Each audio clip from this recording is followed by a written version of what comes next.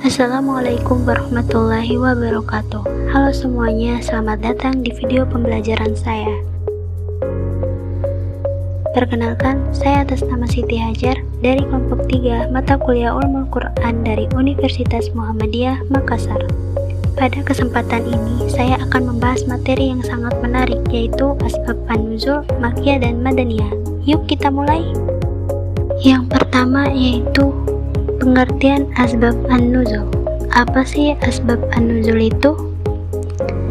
Nah, asbab an-nuzul merupakan latar belakang atau sebab turunnya wahyu. Kata asbab yang berarti sebab-sebab dan nuzul berarti turunnya. Dengan memahami asbab an-nuzul, kita bisa mengerti konteks dan situasi yang melatar belakangi turunnya ayat-ayat Al-Quran.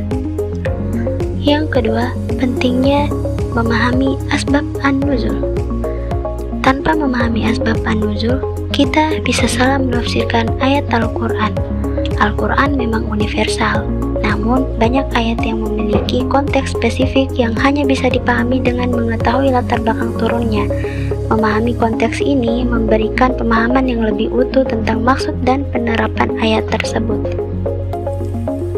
Adapun contoh asbab an-nuzul, yaitu ayat tentang zakat, diangkat dari Quran Surah Al-Baqarah Surah 2 ayat 177. Ayat ini turun dalam konteks kondisi ekonomi masyarakat di masa Nabi Muhammad SAW yang tidak merata. Ayat ini menekankan bahwa kewajiban zakat bukan hanya sebagai sedekah, tetapi juga sebagai bentuk kepedulian sosial dan keadilan ekonomi. Yang ketiga, cara mengetahui asbab an-nuzul. Ada beberapa cara untuk memahami asbab an-nuzul, yaitu pertama, merujuk pada hadis-hadis yang diriwayatkan oleh para sahabat. Hadis-hadis yang diriwayatkan oleh sahabat Nabi Muhammad SAW seringkali memberikan informasi tentang konteks turunnya wahyu. Yang kedua, merujuk pada kitab tafsir klasik. Kitab tafsir klasik seperti Tafsir Al-Tabari dan Tafsir Al-Qurtubi yang memuat banyak riwayat terkait asbab an-nuzul. Kitab-kitab ini membahas berbagai riwayat mengenai sebab-sebab turunnya wahyu secara sistematis. Yang ketiga, memperhatikan konteks sejarah dan solusi. Untuk memahami asbab an-nuzul, kita perlu memperhatikan konteks sejarah dan sosial pada masa turunnya wahyu. Kondisi sosial, politik, dan ekonomi pada saat itu sangat berpengaruh terhadap pesan yang disampaikan dalam wahyu.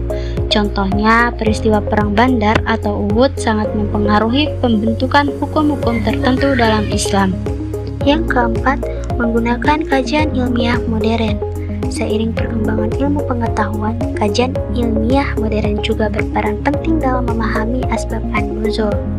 Para ulama kontemporer sering menggunakan berbagai metode ilmiah untuk meneliti dan memahami konteks turunnya wahyu. Yang kelima, verifikasi terhadap sumber yang sahih.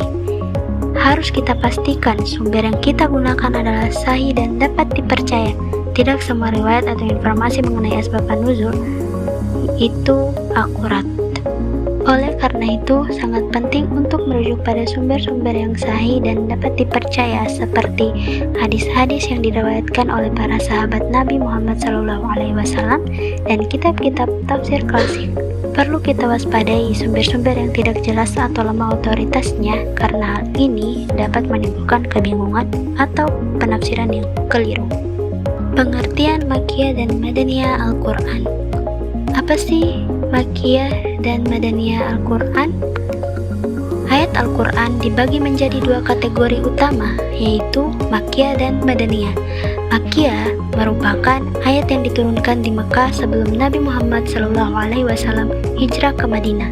Sedangkan madaniyah merupakan ayat yang diturunkan di Madinah setelah Nabi Muhammad SAW hijrah. Ayat-ayat makkiyah lebih banyak menekankan aspek keimanan, akhlak, dan pembinaan spiritual. Hal ini karena pada masa itu umat Islam masih minoritas di Mekah dan perlu memperkuat keyakinan dan membangun fondasi iman yang kuat. Tema utama dalam ayat-ayat makkiyah antara lain: pertama, pokok ajaran tauhid; kedua, pendidikan moral dan akhlak; ketiga, peringatan tentang hari kiamat; dan yang keempat, perintah ibadah.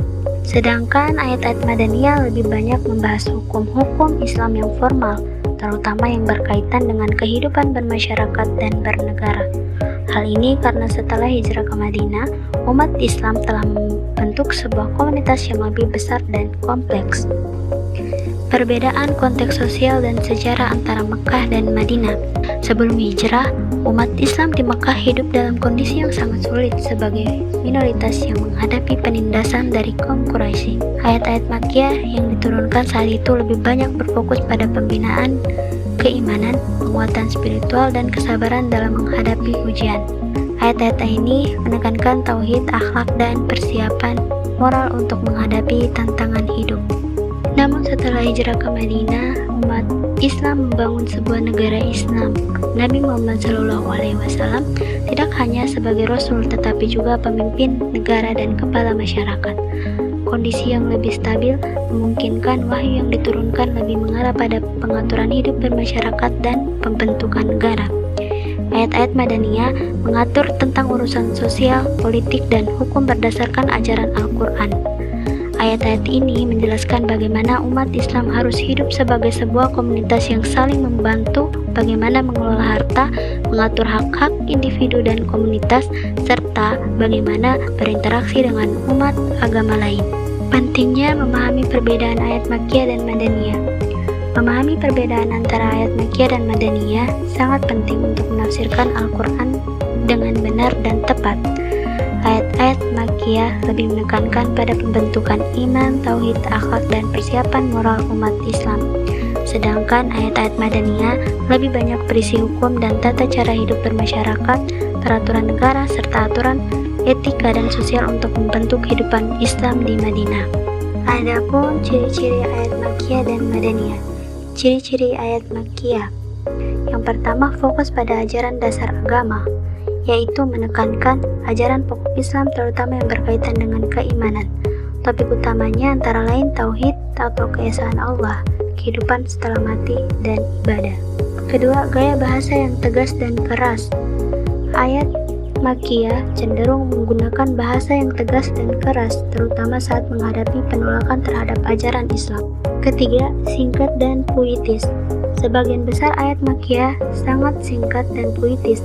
Gaya bahasanya indah dan menyentuh hati, sesuai dengan budaya masyarakat Mekah yang menghargai seni bahasa dan puisi. Dan yang keempat, mengajarkan kesabaran. Banyak ayat Makkiyah mengajarkan kesabaran dalam menghadapi ujian dan cobaan. Umat Islam saat itu sangat tertekan, sehingga ayat-ayat tersebut memberikan nasihat untuk tetap sabar dan teguh dalam menghadapi kesulitan. Ciri-ciri ayat Madaniyah. Yang pertama, fokus pada hukum dan peraturan sosial. Ayat Madaniyah lebih banyak mengatur hukum-hukum sosial. Ada beberapa contohnya antara lain hukum pidana, hukum keluarga, dan hukum ekonomi. Yang kedua, perang dan hubungan internasional. Salah satu karakteristik utama ayat Madaniyah adalah banyaknya ayat yang membahas tentang perang dan hubungan internasional. Topik yang sering dibahas meliputi perintah perang, pertahanan diri, dan hubungan dengan bangsa lain. Yang ketiga, lebih panjang dan lebih rinci. Ayat Madaniyah cenderung lebih panjang dan rinci dibandingkan dengan ayat Makkiyah. Hal ini disebabkan kebutuhan untuk mengatur kehidupan masyarakat Islam yang semakin kompleks. Dan yang keempat, dialog dengan orang-orang kafir dan ahli kitab. Di Madinah, umat Islam mulai berinteraksi dengan orang-orang kafir dan ahli kitab, atau bisa disebut Yahudi dan Nasrani. Oleh karena itu, beberapa ayat mengatur tentang bagaimana umat Islam harus berinteraksi dengan non-muslim, baik itu secara diplomatik maupun dalam perdebatan agama. Itulah pembahasan terkait makalah materi saya. Saya akhiri dengan mengucapkan wassalamualaikum warahmatullahi wabarakatuh. Semoga materi yang saya sampaikan ini dapat bermanfaat untuk kita semua.